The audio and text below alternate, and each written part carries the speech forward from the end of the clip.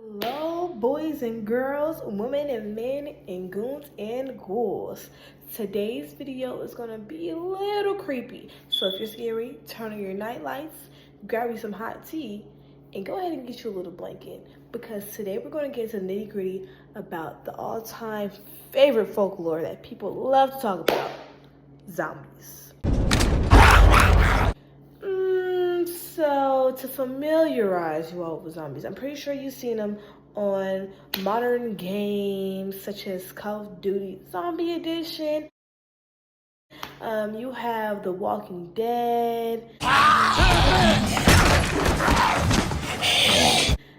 And other series that showcase the depiction of zombies that we know today. But in today's video, we're going to be getting into the root base of zombies. What are they? Who are they? Where they stem from? And why are they still so scary to everybody? Why is my 80-year-old grandma afraid of zombies? Know that they're fake. What's the cause of the greatest fear? I just don't seem to understand. And how they stay relevant for so long. Before we get into this here video, I want you all to know that there is going to be a disclaimer. We are going to be talking on quote-unquote touchy subjects, and I want to let you all know that all this information I got is not off the dome, so if something is wrong, you cannot directly blame me, okay? I went and I got multiple sources, articles, scholarly sources, peer-reviewed sources, basically people that did their little deep dive research on zombies and their psychological effects on the human brain. And their origin, of course. So let's get into it. As we know, zombies have been around since the beginning of time. And by the beginning of time, I mean since like the 17th century. So what are zombies? So basically, the zombies originated from the West African slaves that were brought to Haiti. Zombies, the terminology was created to depict those who were less fortunate and were basically slaves to the Haitian people. The zombies had no rights of their own, and they were forced to do work that others did not want to, with no pay whatsoever. And this was basically their whole lifestyle. They were just people that were basically living dead at the same time. They had no life. They had family, but they had no family. You feel me? And they had no free time. They did nothing but work, and do all the jobs others dreaded to do. Like the unimaginable. They lived in horrible, dehumanizing environments. And they were really just I want to say like the crud of the human beings. Like the bottom of the barrel.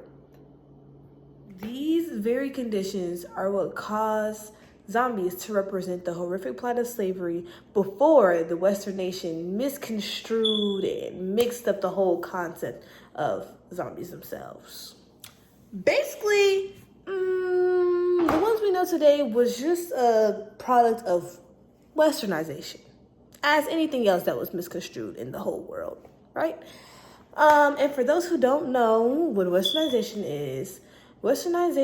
is a cultural appropriation or adaptation that the Western Hemisphere, aka America, does to other cultures or cultural practices. So basically, we take one thing and instead of glorifying it and respecting it for what it is, we, as in them, like to take it, do a spin, and call it that. They like to rename things. It's basically the renaming of America.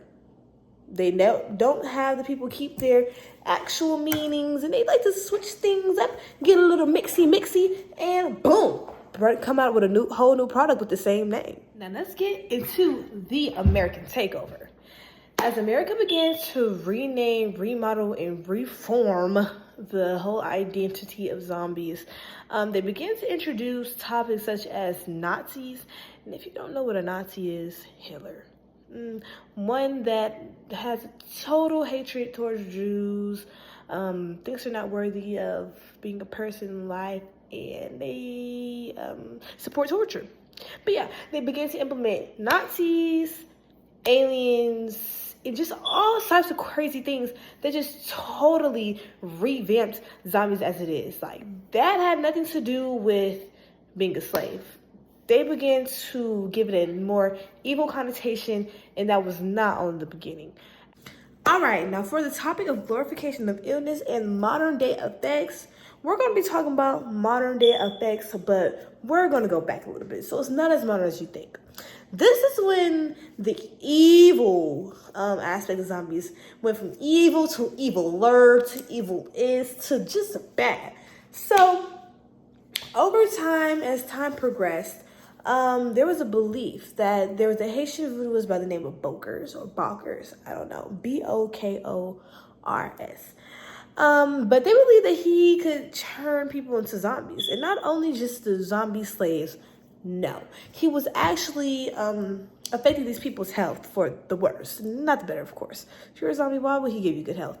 But he started to tamper with their breathing and their visual appearance. So imagine going from something like this to your face drooping and you can't really walk and you just look morphed. You look horrible. And it's a scary sight to see. This caused people to push the people out and away from society, distance themselves, and they became lonely.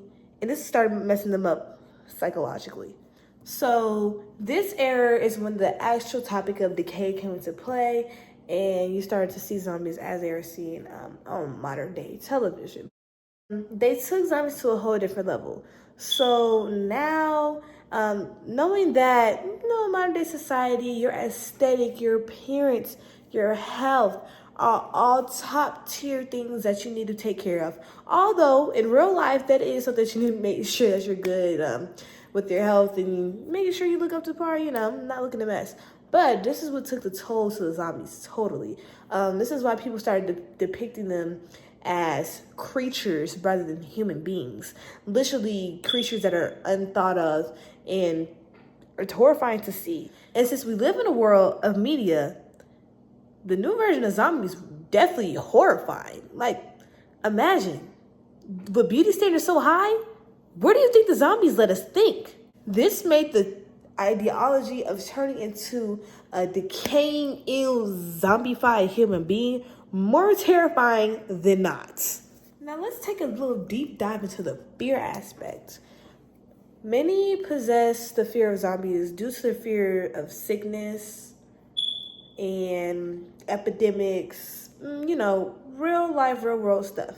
The modern day zombie, like I said, is depicted as limping, they're denatured, dehumanized, they're decayed, and they have gook and blood coming out of their mouths.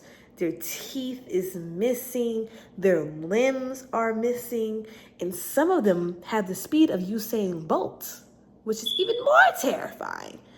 But coming from that aspect, the illness aspect really starts the fear and grinds the gears of those who are germaphobes and those who are afraid of sickness as itself. Those who like to wash their hands thousands of times and are afraid of being sick. With the whole topic and essence of germophobia, this causes those who possess germophobia to have the mindset and internalized fear of becoming an affected, diseased person that can one day affect others. So imagine going from a normal functioning human being to someone who is just permanently ill, diseased, can barely walk, can no longer talk, can no longer eat, can no longer think. They just live.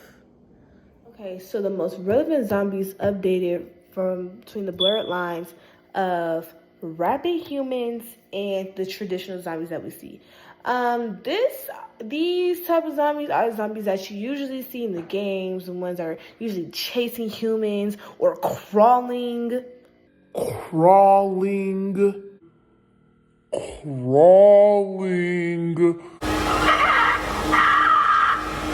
Which is far more terrifying than something that's slow walking and gargling and just and limping and can barely move. This zombie update was to make sure that we stay relevant out in this world and never die down. This is how zombies stayed popular no matter if it was October spooky season or not. You saw it everywhere. It don't matter if it's on the Xbox, the PlayStation, on the cellular device, the dang on Nintendo Switch. You saw a zombie somewhere in the cartoon form, in the realistic form. It didn't matter what it was. This is a tactic that was used in order to make sure that the zombie folklore never died down and always stayed on and popping, unlike some of the other folklore that people don't even hear about anymore. Now, let's get into how is death associated with fear. So for the overarching theme of this portion, I want to go ahead and get the definition out the way of thanatophobia. I have to read this directly because I don't want to get it mixed up. But basically, those afraid of zombies may have also possessed thanatophobia, making them feel anxious surrounding the concept of death itself. Being surrounded by the concept of a creature who functions as living creatures but also has no soul or life can cause a striking feeling of horror within those who are afraid to die themselves. The such thin line between zombies and death itself may remind many of the exact thing that they have been dreading the most. If you didn't know, that thing was death. Thanatophobia also stems from the life or the previous existence of one that they fear to face in the afterworld, which means people were sinners and they lived a bad life. They weren't good people while they were living, so they're afraid of the after effects while they're dead. There is a saying that once one dies and God looks over him or hers, life workers, because he's always watching. If you weren't abiding by the rules of a natural human and you were doing things to others, that will come back to bite you in the butt, nip you in the butt, and you will come back as a soulless being yourself. So many have this thing of vengeance. It can be vengeance looked at from two ways. Vengeance of the life that they lived, as well as vengeance from others. So say one has trauma. They have a stalker, they have, rapist, somebody that did something to them. As things goes on and you're constantly terrified or tortured by this one person or being, their death doesn't really satisfy you. So they hold on to the thoughts that the people might end up coming back from their death and being stripped from their peace and come back to haunt them. They're afraid of others that did something to them initially while they were living, coming back to haunt them after they were dead. Meaning that there's no peace from the victim and there's no peace from the actual person who did it themselves, which is up. And people see this theme as, I guess you could say, being trapped. Because it's not even bunny ears trapped. You're literally trapped. You're trapped in your mind. You're trapped in your thoughts. You're trapped in your past. You're trapped in despair, basically, and all things negative, which is a horrible life to live. So now that we got all this interpretation, all different interpretations and point of views of why one might fear a zombie, and what a zombie is, and how zombies came today, always remember that all folklore just stems from human beings and human activity. Just make sure you're careful, and if you're honestly that afraid of something, analyze your thought process and take care of your health, your mental health, your physical health, your emotional health. Just make sure that you're protected and stay a good person. Anything that you hear that's scary, it's not real. There's no such thing as these creatures that try to eat people and they are just spreading sickness and everybody just turns into a decaying piece of sludge. That's not real.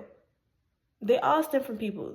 The original zombies, like we said, were the West African slaves in Haiti. They were once people like me and you, or maybe not me and you, but those who are less fortunate. Everything just stems from being a person or a one person in general. Everything, every fear always has one thing in common. It comes from real life activities that just get exaggerated over the span of years, and they get modified But just always make sure to protect yourself, protect your being, and protect your truth. And if you're ever going down a spiral with mental health and you're actually having true and genuine fears of certain things, get the help that you need. Don't sit there and torture yourself. Get some help. Side note.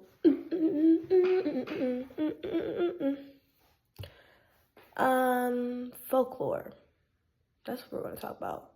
Folklore itself is literally little stories and tales to help people stay safe, stay out the way, and do the right thing in life. That's what all folklore is.